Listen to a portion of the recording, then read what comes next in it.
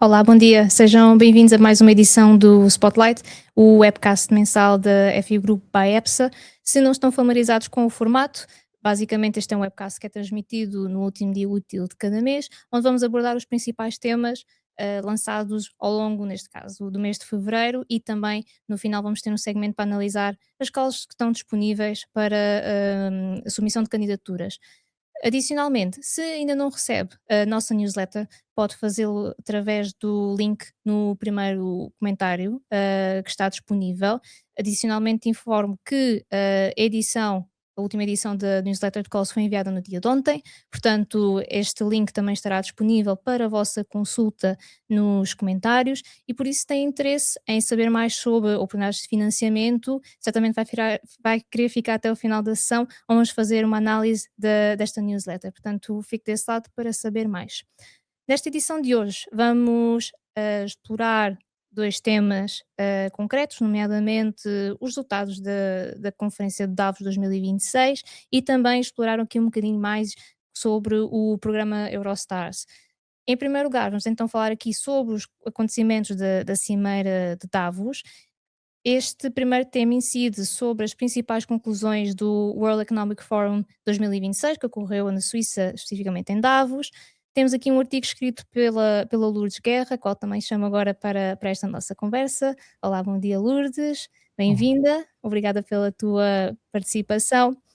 Este artigo que tu escreveste consolida aqui os principais pontos e conclusões deste fórum e também analisas aqui um bocadinho o paradigma da sustentabilidade numa economia mais capitalista.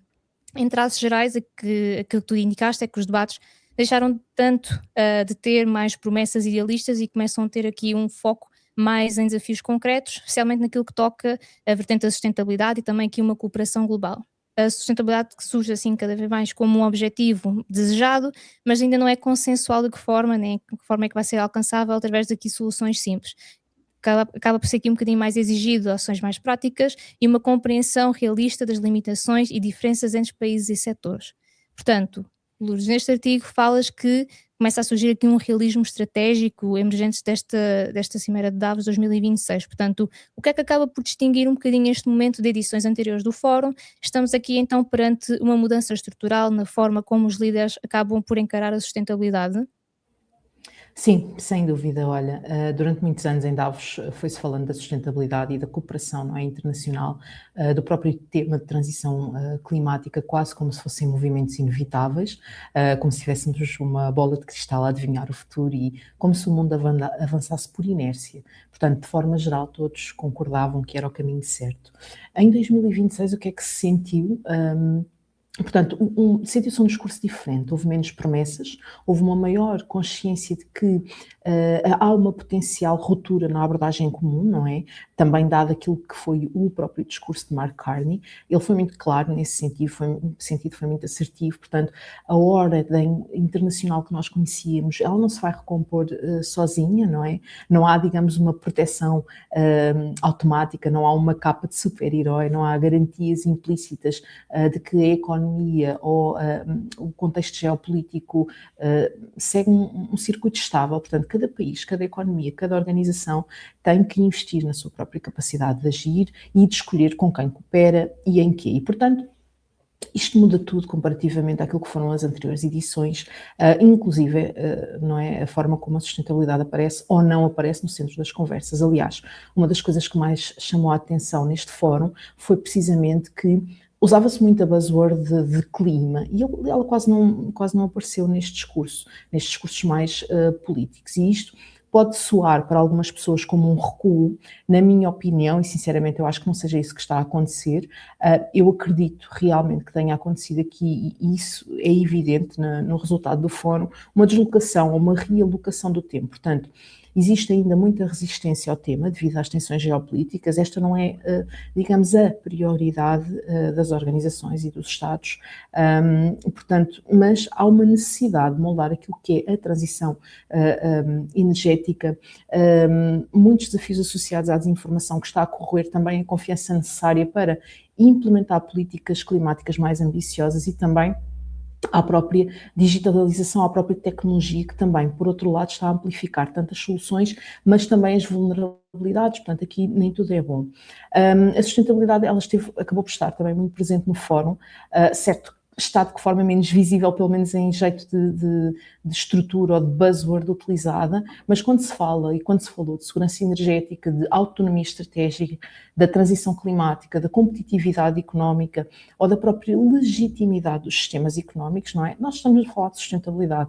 Desengane-se quem pense que estamos a falar de outras coisas, mesmo que esta palavra não seja dita. E, portanto, o que se evidencia quando o progresso se torna aqui mais palpável, quando a descarbonização é também integrada mais nas agendas industriais ou quando contribui para reduzir os custos da energia das organizações e dos países, há aqui uma resiliência para acelerar a inovação, para mudar os sistemas. E aqui continuamos de uma forma mais realista, mais palpável, lá está, a integrar aquilo que é a sustentabilidade, o pensamento holístico de sustentabilidade na agenda económica e geopolítica, e, portanto, é um tema que, de algum lado, tem o seu lugar. Pegando aqui neste ponto, ou seja, como a sustentabilidade cada vez mais é vista de um prisma mais de competitividade e também tendo em consideração as tensões geopolíticas, tu referes também no artigo que a sustentabilidade surge assim como tendo um lugar um pouco incerto, mas ainda certo. Por isso, neste seguimento, consideras que a sustentabilidade perdeu prioridade na agenda global ou que está simplesmente a ser reformulada sob uma lógica mais pragmática e económica?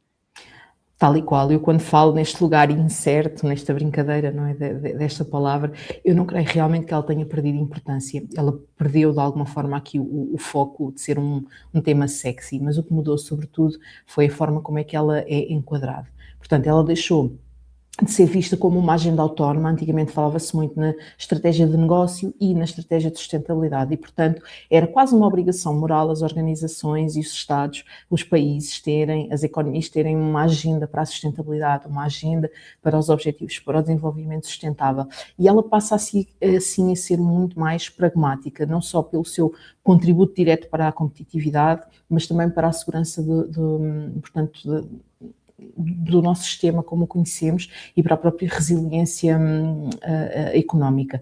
Em muitos contextos, isto acontece também no nosso caso, não é? Em território nacional, a sustentabilidade passa também a ser, ou os critérios ESG, como lhe queiram chamar, passa mesmo a funcionar como um critério de viabilidade, de diferenciação.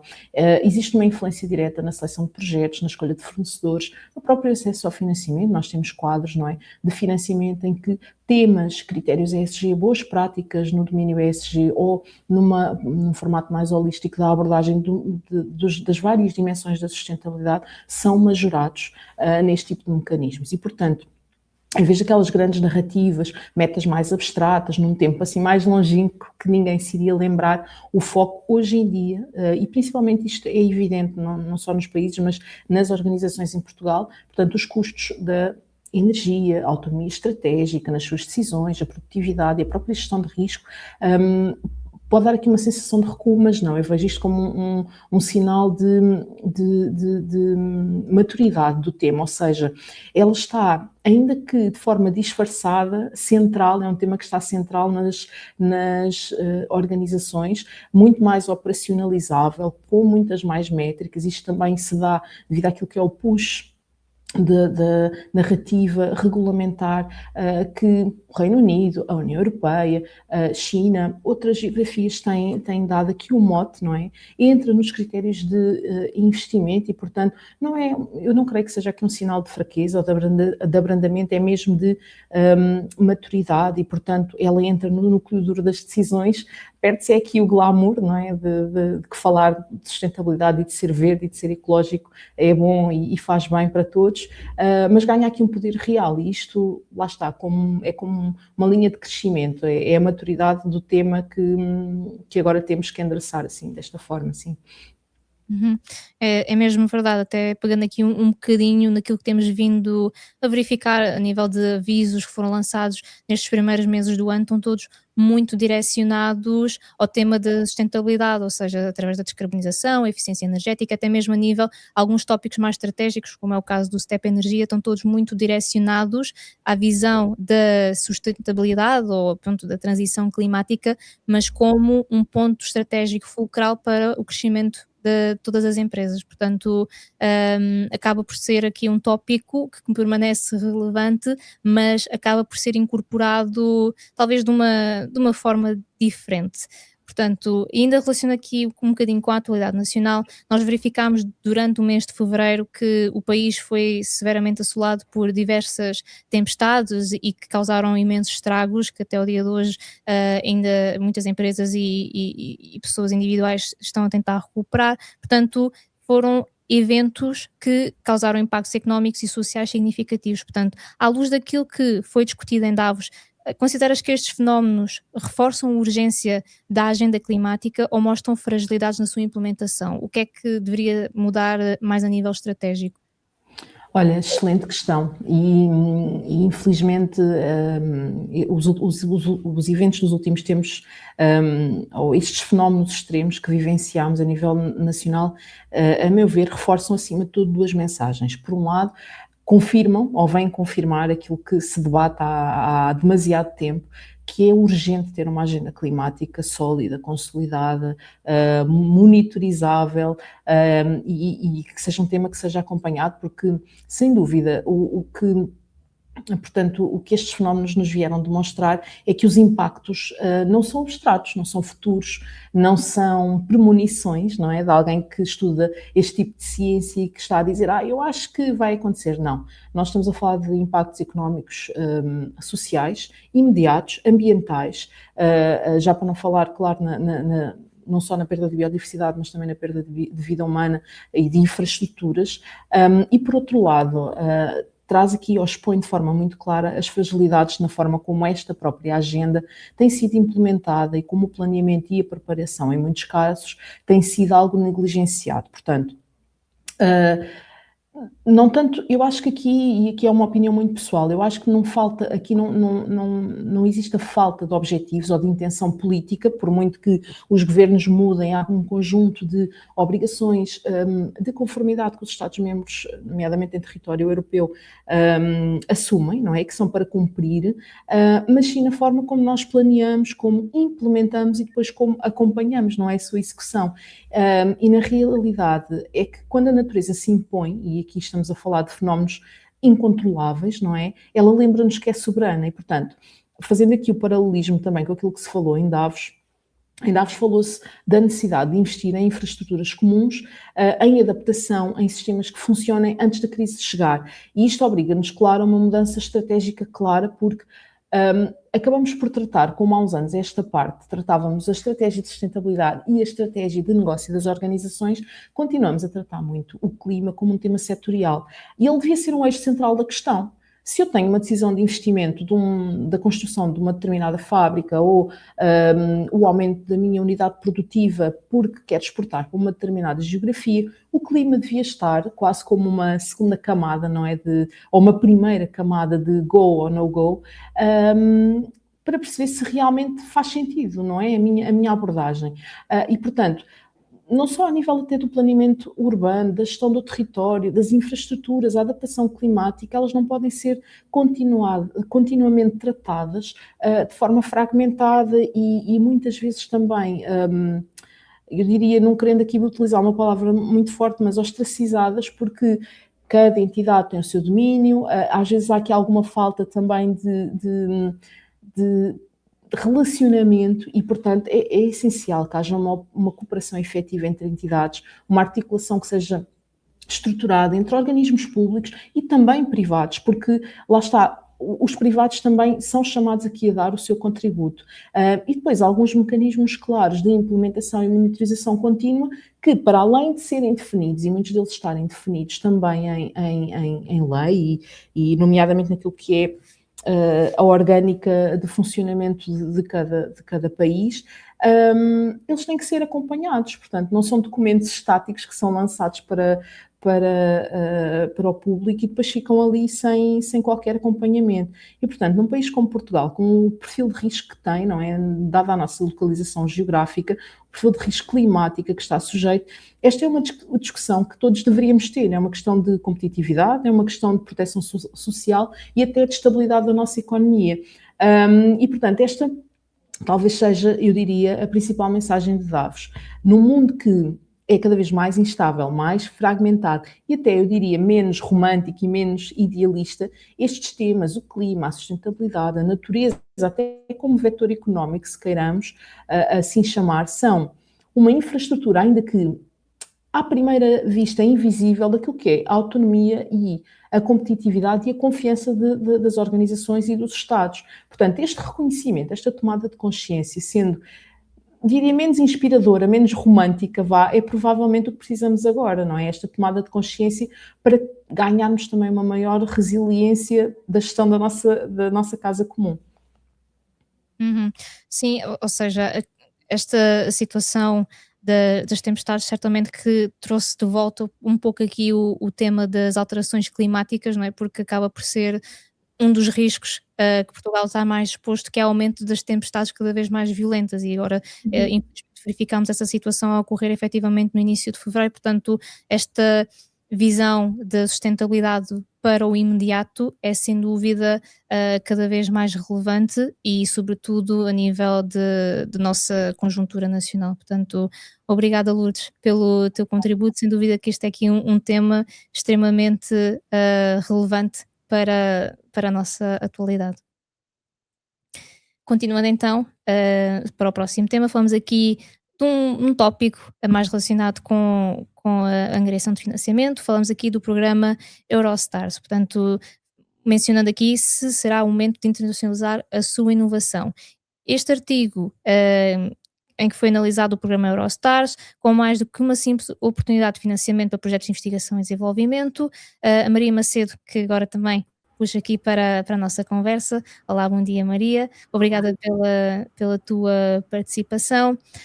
Maria, tu consideras que este programa é um instrumento estratégico para impulsionar a internacionalização da inovação das PMEs, promovendo aqui consórcios ágeis orientados para o mercado? Portanto, apesar de haver aqui um foco natural nas condições de elegibilidade, taxas de cofinanciamento e mesmo prazos de candidatura, tu no teu texto sublinhas que o verdadeiro valor do Eurostars está na sua dimensão estratégica ao incentivar as empresas a pensar além apenas do mercado nacional e a criar aqui estruturas, parcerias internacionais sólidas e a alinhar a inovação como expansão global. Portanto, Maria, pegando aqui um bocadinho no artigo que preparaste este mês, indicas que o programa Eurostars tem uma abordagem bottom-up e não impõe temas rígidos. Como é que esta flexibilidade pode ajudar as PMEs a competir mais eficazmente nos mercados internacionais?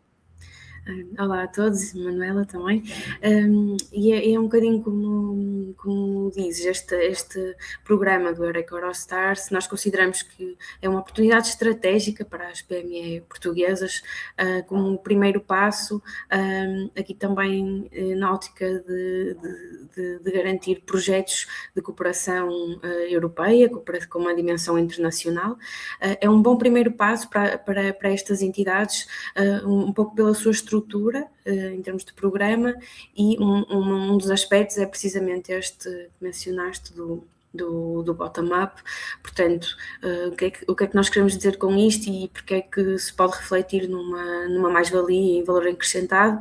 É porque, no fundo, também o panorama de incentivos e candidaturas europeias, por norma, é muito específico, muito orientado para uma temática bastante detalhada, o que pode dificultar por vezes, especialmente PME que não tem muita experiência neste âmbito, ou que se movam e tenham interesse por cenários mais genéricos, em candidatar-se a essas tais convocatórias que são muito específicas e, portanto, o programa Eurostars permite isso mesmo, permite uma abrangência de temas a todos, em termos de temáticas, praticamente todas as temáticas, todos os setores, excluindo aqui para já a dimensão da defesa, é assim, o único elemento excluído em termos temáticos, e, portanto, acabamos por defender esta mais-valia, por ser um programa que permite financiar projetos de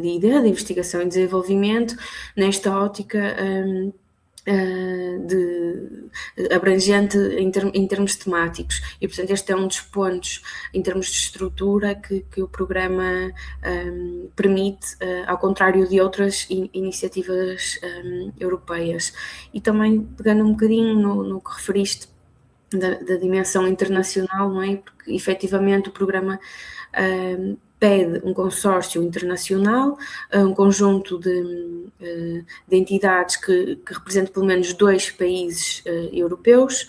Portanto, imaginemos que estamos a falar de uma PME portuguesa, requer aqui também uma entidade pelo menos de outro país, seja uma universidade, um centro de investigação, ou também uma empresa de outro país europeu, e também do conjunto de programas que fazem parte do Eurostars, que vão mais além dos Estados-membros da União Europeia.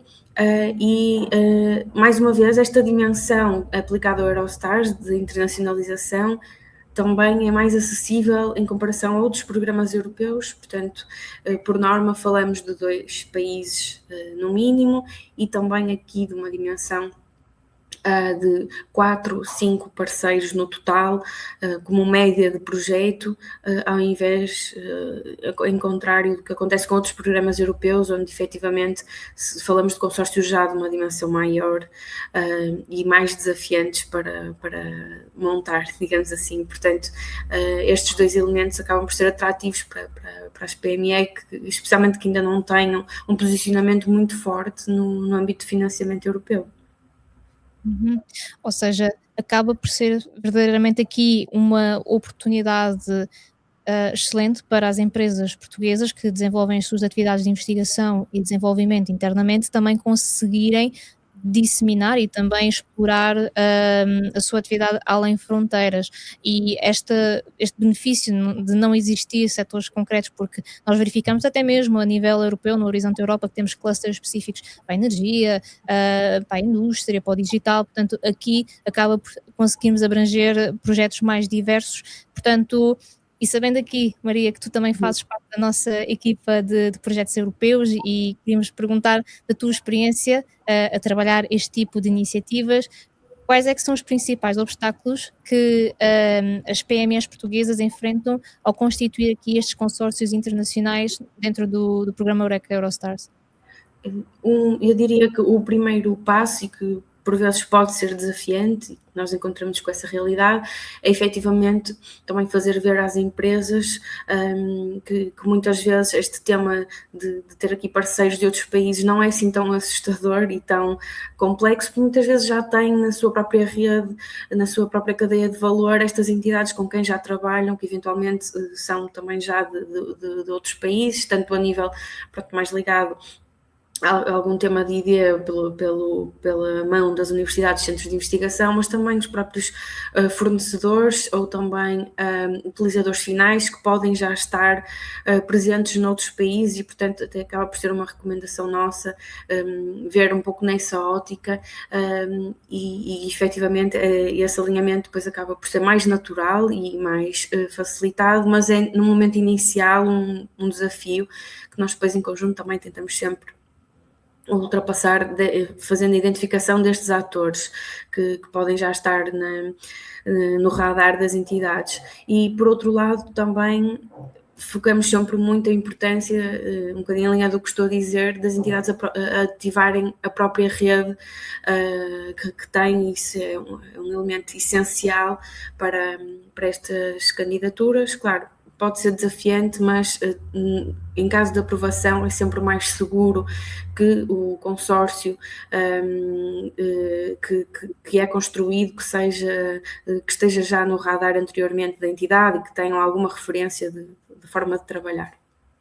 Por outro lado, o seguinte desafio é um bocadinho mais operacional e em relação também à estrutura deste programa, porque efetivamente é um programa europeu, mas tem aqui uma componente nacional, ou seja, tem um passo de submissão de candidatura nacional e, efetivamente, o financiamento do Eurostars é alocado a nível de Estado-membro, a nível nacional, e uma vez aprovada a nível europeu, cada parceiro necessita desta validação nacional. Por vezes este é também o passo mais desafiante para garantir que o projeto como um todo consegue o financiamento planeado, porque implica que de forma individual cada entidade presente no projeto, no consórcio, faça este esforço adicional de conseguir o financiamento a nível nacional.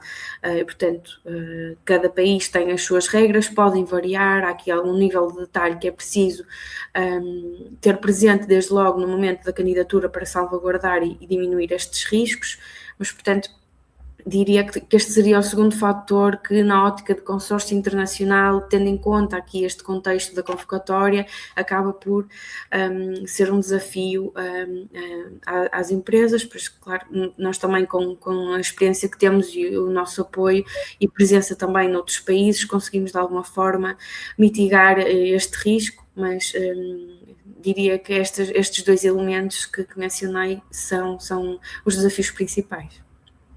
Até porque, pegando aqui neste último ponto que tu referiste, a nossa equipa de projetos europeus, da FI Grupo EPSA, tem presença em Portugal, mas também em outros países comunitários, portanto, acabamos por conseguir ter aqui uma visão um bocadinho mais global deste tipo de projetos e também cartamos aqui um know-how diferenciado, permitindo construir aqui projetos mais robustos e sólidos que acabam também por impactar positivamente os resultados, e é um bocadinho também neste sentido, não é? Porque quando falamos de projetos que são candidatados a nível europeu, temos aqui uma esfera de competitividade um bocadinho mais alargada, ou seja, considerando aqui que neste contexto uma inovação global e a competição por financiamento aumenta, conselhos darias às empresas para maximizar a taxa de sucesso das suas candidaturas no Eurostars?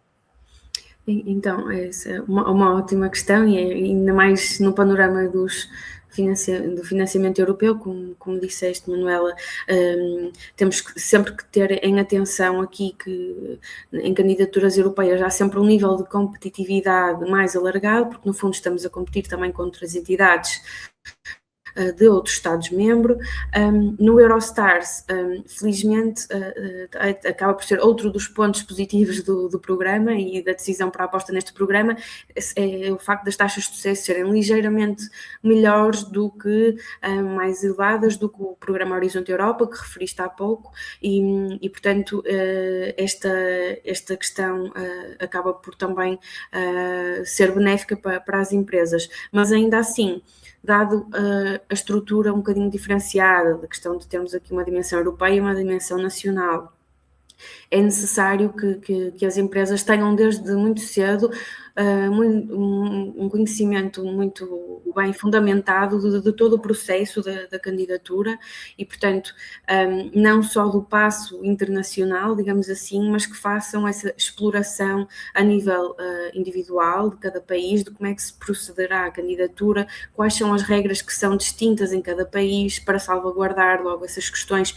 no desenho do próprio projeto.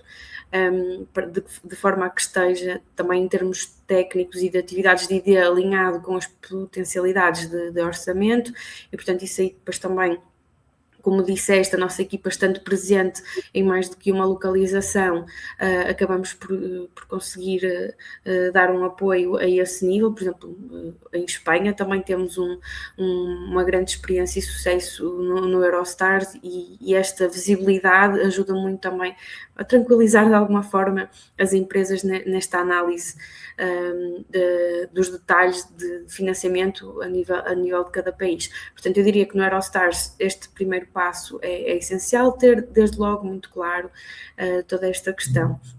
Em segundo lugar, muito importante nas candidaturas do Eurostars considerar a dimensão técnica, o desenvolvimento tecnológico da solução a apresentar, que, como dissemos, pode ser em qualquer área de atuação, mas paralelamente focar, não descurar um conjunto de tarefas para salvaguardar a entrada no mercado destes possíveis serviços ou produtos que as candidaturas estão a desenvolver e portanto, começar desde logo também a pensar num futuro modelo de negócio, plano de negócio para acompanhar toda a execução técnica da candidatura. É muito importante e é um dos pontos,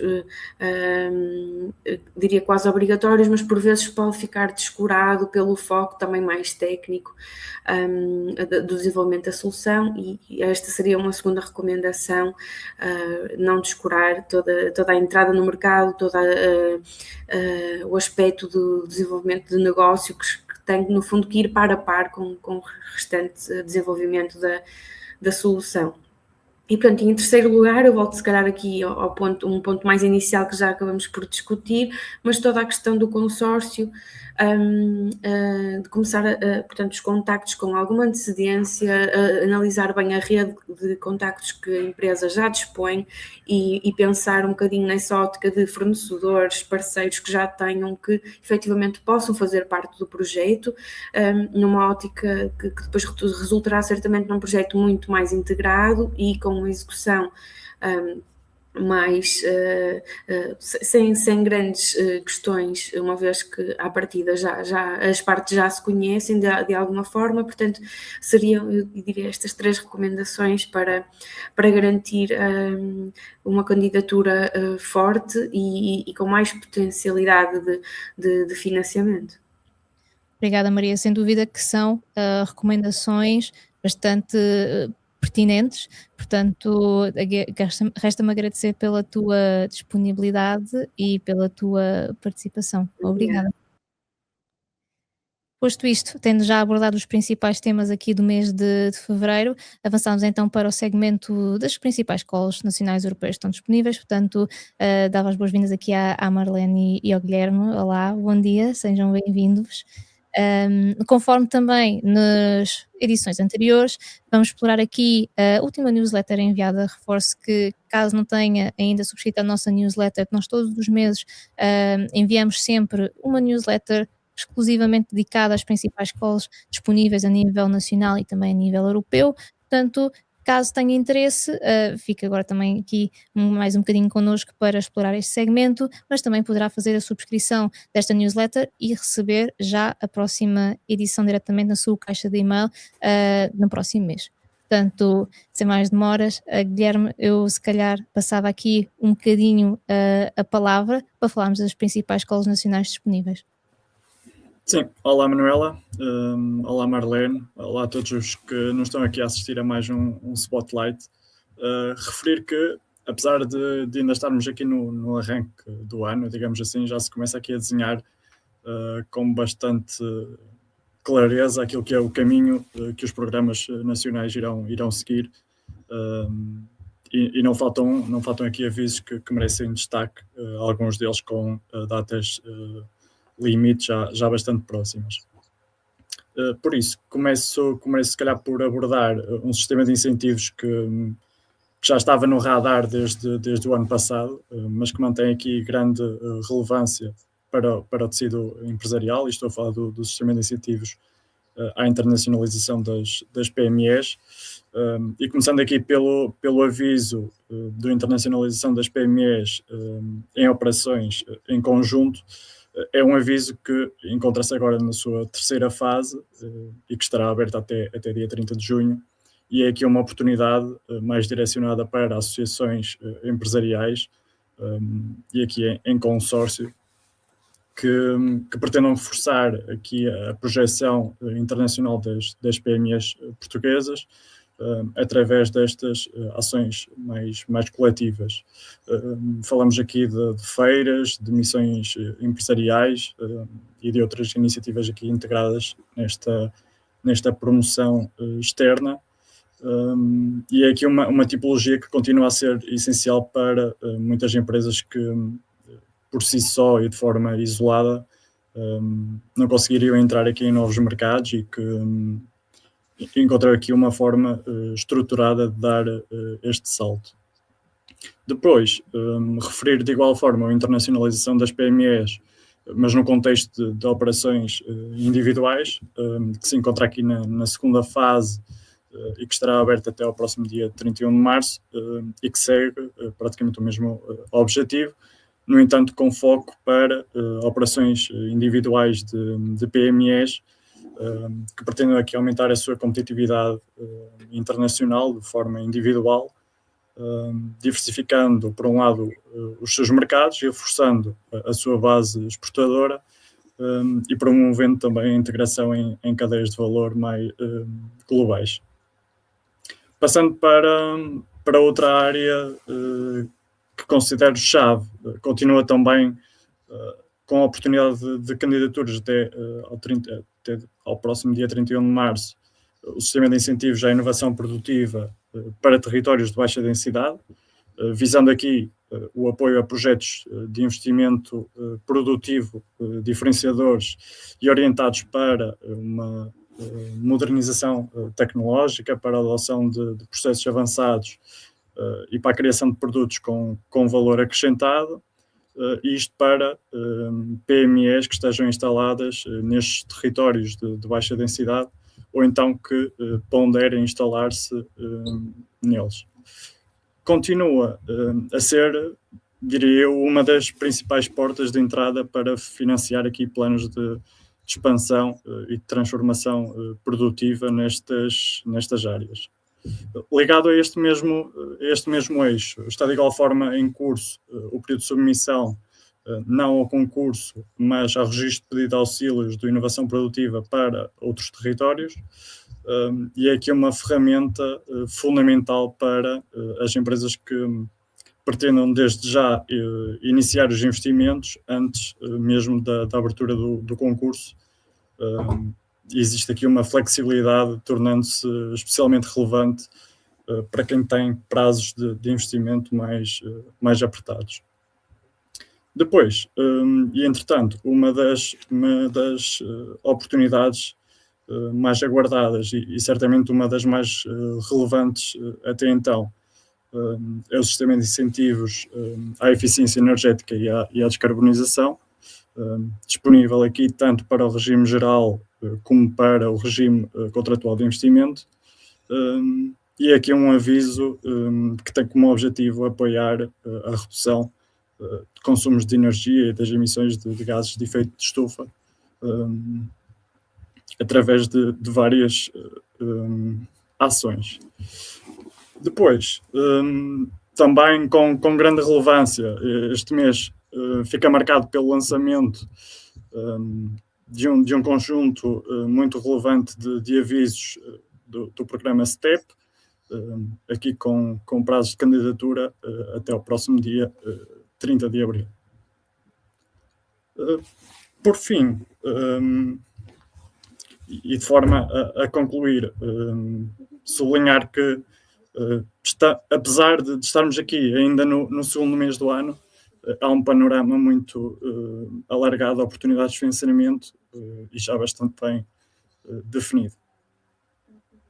Sim, sem dúvida. Obrigada, Guilherme, por fazeres aqui esta exposição dos principais, ou então dos avisos mais estratégicos para as empresas portuguesas. Sem dúvida que aqui os primeiros 2 meses do ano já começaram a mexer muito no calendário do plano de avisos para este ano. Portanto, existe aqui muitas oportunidades, tipos de investimento diferentes, vamos desde a descarbonização, à inovação produtiva, à investigação e desenvolvimento mais estratégico. Portanto, sem dúvida que existe aqui várias oportunidades de financiamento. Obrigada, Guilherme.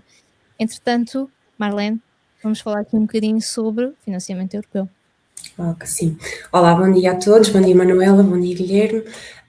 Relativamente às oportunidades de financiamento europeu, este mês resolvemos destacar 2 programas, o EUI e o EIC. Começando por falar um bocadinho sobre o EUI, faz parte do instrumento da política de coesão para 2021-2027, que apoia as cidades europeias na inovação, capacitação, conhecimento em desenvolvimento urbano sustentável. Portanto, tem como principal objetivo testar e escalar soluções inovadoras em contexto real urbano e têm de ser, portanto, lideradas por autoridades urbanas locais da União Europeia. Esta quarta convocatória apresenta 6 tópicos que vão desde a competitividade e inovação à mobilidade, à inclusão social e, portanto, destina-se principalmente a cidades, a autoridades urbanas com mais de 25.000 habitantes, sendo esta uma das principais novidades deste ano, porque anteriormente o limite eram 50.000 habitantes e passam a ser 25.000, o que, portanto, permite incentivar candidaturas de cidades mais pequenas, cidades médias, que tenham então uma experiência mais limitada com fundos europeus, ou então com autoridades urbanas dinâmicas que estejam interessadas em experimentar novas soluções, mas que tenham aqui menos experiência na componente da inovação. Em termos de financiamento, esta quarta convocatória conta com um orçamento provisório de 60 milhões de euros e financia então projetos de até 2 milhões de euros, projetos de duração de 2 anos, sendo que a taxa de cofinanciamento vai até aos 80%. Tenho de salientar que a candidatura acabou de abrir, portanto abriu no dia 25 de fevereiro e vai encerrar agora a 15 de junho. Passando agora para o outro programa, o EIC, aqui nós resolvemos destacar 3 subprogramas, portanto, começando pelo Pathfinder, é um programa que se dedica a apoiar o desenvolvimento de tecnologias revolucionárias e que apoia então as fases iniciais de desenvolvimento e investigação. Portanto, vai até ao TRL 4. Destina-se então a startups, a PMEs, organizações de investigação ou tecnológicas e divide-se aqui em 2 componentes principais, portanto tem 2 modalidades. A modalidade Open, que significa que os projetos não têm de obedecer a nenhuma prioridade temática, digamos, não há uma prioridade pré-definida em termos temáticos, e depois temos a parte dos challenges e aqui sim temos áreas já pré-definidas com o objetivo de alcançar objetivos específicos para cada desafio. As deadlines e a dotação é diferente para cada uma destas componentes. Na componente do Pathfinder Open temos uma dotação global de 166 milhões de euros e as candidaturas podem ser submetidas até 12 de maio de 2026, deste ano, sendo que nos challenges a submissão é posterior, portanto só a 28 de outubro é que encerram as candidaturas. Tenho ainda de mencionar que em ambas as componentes há um valor máximo de subvenção de 4 milhões de euros.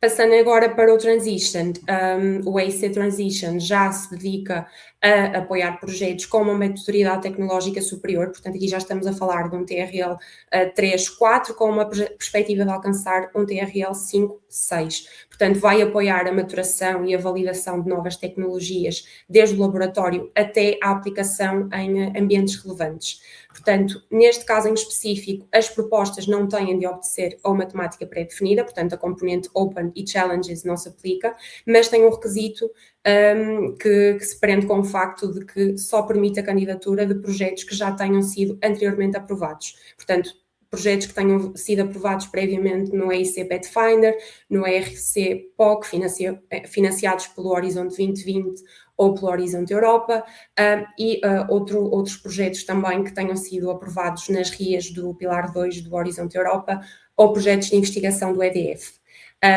Portanto, é um programa com alguns requisitos muito específicos e que implica já uma aprovação prévia num programa europeu. Em termos de duração e financiamento, estes projetos têm a duração média de 1 a 3 anos e têm um financiamento médio de €500 mil a €2,5 milhões de euros por projeto, sendo que para 2026 a dotação global é de €100 milhões. Neste caso, as candidaturas podem ser feitas até 16 de setembro. Por último, resolvemos também destacar aqui o Accelerator, o EIC Accelerator, que já é dos 3 programas o que se destina a projetos com maturidade mais elevada, portanto, projetos que já estejam situados aqui entre um TRL 6 e 8 e que pretendam então alcançar um TRL 9.